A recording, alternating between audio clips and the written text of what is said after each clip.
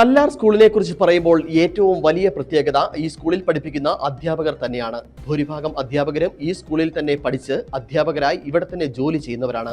അതോടൊപ്പം ആദ്യ കാലഘട്ടങ്ങളിൽ പഠിപ്പിച്ചിരുന്ന അധ്യാപകരുടെ അതേ പ്രായമുള്ള വിദ്യാർത്ഥികളായിരുന്നു പഠിച്ചിരുന്നത് എന്നതും കൗതുകം ഉണർത്തുന്നു. മാത്രമല്ല, കല്ലാർ സ്കൂൾ അടയാളപ്പെടുത്തുന്നത് പട്ടം കോളനിയിലെ ഈ അധ്യാപകരിലൂടെ തന്നെയാണ്. ഈ സ്കൂളിൽ തന്നെ പഠിച്ച് ഇവിടെ അധ്യാപകനായി ജോലി ചെയ്ത് പ്രധാന അധ്യാപകനായി വിരമിച്ച KR ഉണ്ണികൃഷ്ണൻ നായർ തന്റെ ഓർമ്മകൾ പങ്കുവെക്കുന്നു.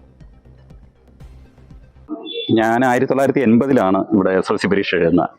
അപ്പോൾ 80 കാലഘട്ടം എന്ന് പറയുമ്പോൾ നമുക്കറിയാലോ, നമ്മുടെ സ്കൂൾ രൂപീകരിച്ച് ഇപ്പോഴത്തെ കാലഘട്ടം എടുക്കുമ്പോൾ ഒരു മധ്യകാലഘട്ടത്തിലൂടെ കടന്നുപോയ ഒരാളാണ്. അപ്പോൾ സ്കൂളിൻ്റെ ഏതാണ്ട് എല്ലാ വളർച്ചയും അതോടൊപ്പം തന്നെ തളർച്ചയും ഒക്കെ കണ്ട ഒരു കാലഘട്ടമാണ് ഞങ്ങളുടെ വിദ്യാഭ്യാസ കാലഘട്ടം കൂടെ.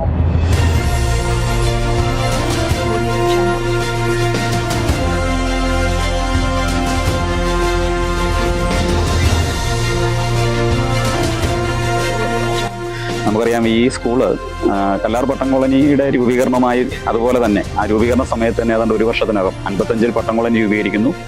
56-ൽ നമുക്കറിയാം ഈ സ്കൂള് രൂപീകരിക്കുകയാണ്. അപ്പോൾ ഏകാധ്യാപക വിദ്യാലയമായി തുടങ്ങി. ആദ്യം ഒരു മാമച്ച സാറാണ് ഇവിടെ വന്നത്. പിന്നീട് ഹൈസ്കൂൾ ആരംഭിക്കുമ്പോൾ നമുക്കറിയാം ഇപ്പം നമ്മുടെ ജീവിച്ചിരിക്കുന്ന കല്ലാർ ഗുരുക്കന്മാരിലെ ഏറ്റവും സീനിയറായ പണിക്കര് സാറാണ് ഇവിടുത്തെ ആദ്യത്തെ HSA ആയി വന്നയാൾ.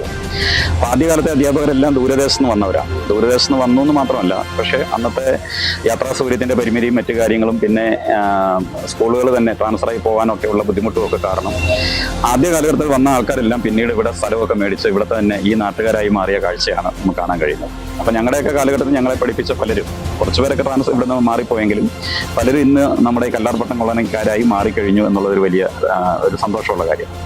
പിന്നെ അധ്യാപകരായി വന്ന പലരും എന്ന് പറയുമ്പോൾ നമുക്ക് ഇപ്പോഴത്തെ ഒരു കാലഘട്ടത്തിൽ ഈ സ്കൂളിൻ്റെ ഏറ്റവും വലിയൊരു പ്രത്യേകത ഈ സ്കൂളിൽ തന്നെ പഠിച്ച് ഇവിടെ തന്നെ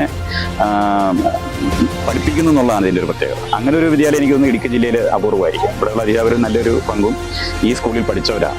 എല്ലാവർക്കും കല്ലാറെന്ന് കേൾക്കുമ്പോൾ ഒരു ഗ്രഹാതുരത്വമാണ്. അങ്ങനെ അധ്യാപകർ അവരുടെ സ്വന്തം വീട് പോലെ കണ്ട ഒരു വിദ്യാലയമാണിത്. കുട്ടികളെ അതുപോലെ തന്നെയാണ്. കുട്ടികൾ എന്ന് പറയുമ്പോൾ അവരുടെ ആദ്യകാലത്തൊക്കെ വന്ന അധ്യാപകരുടെ ഒപ്പം പ്രായമുള്ള കുട്ടികൾ നമ്മുടെ സ്കൂളിൽ ഉണ്ടായിരുന്നു എന്നാണ് പറയപ്പെടുന്നത്. അധ്യാപകരുടെ ഒപ്പം പ്രായമുള്ളവർ അവരോടൊപ്പം നിന്ന് പഠിപ്പിച്ച് കൂട്ടുകാരൊക്കെയായി നടന്ന ഒരു കാലഘട്ടം നമ്മുടെ പഴയ അധ്യാപകർ പറയാറുണ്ട്.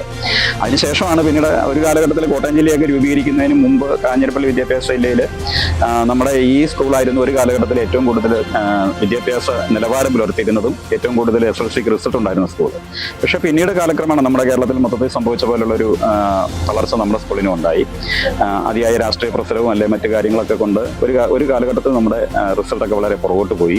ഞങ്ങളൊക്കെ പഠിക്കുന്ന കാലം ഒരു 80-90 കാലഘട്ടത്തിലൊക്കെ ഒരു 20% താഴെ വരെ നമ്മുടെ റിസൾട്ടൊക്കെ എത്തി നിന്ന കാലഘട്ടമാണ്. പക്ഷെ പിന്നീട് നമ്മുടെ ഈ പറയുന്ന പഴയ അധ്യാപകരും ഒരു പുതിയ തലമുറയൊക്കെ കൂടി ചേർന്ന് വീണ്ടും സ്കൂളിനെ അതിൻ്റെ ഒരു ഉയർച്ചയിലേക്ക് കൊണ്ടുവന്ന ഒരു കാലഘട്ടമാണ് ഒരു 2000-ന് ശേഷമുള്ളത്. ഇന്ന് നമുക്കറിയാം നമ്മുടെ ജില്ലയിൽ തന്നെ ഏറ്റവും ഉയർന്നു നിൽക്കുന്ന അല്ലെങ്കിൽ എല്ലാവരാലും പ്രശംസിക്കപ്പെടുന്ന ഒരു വിദ്യാലയമായി കല്ലാർ സ്കൂൾ ഈ അവസരത്തിൽ മാറി എന്ന് പറയുമ്പോൾ വലിയ സന്തോഷമാണ്.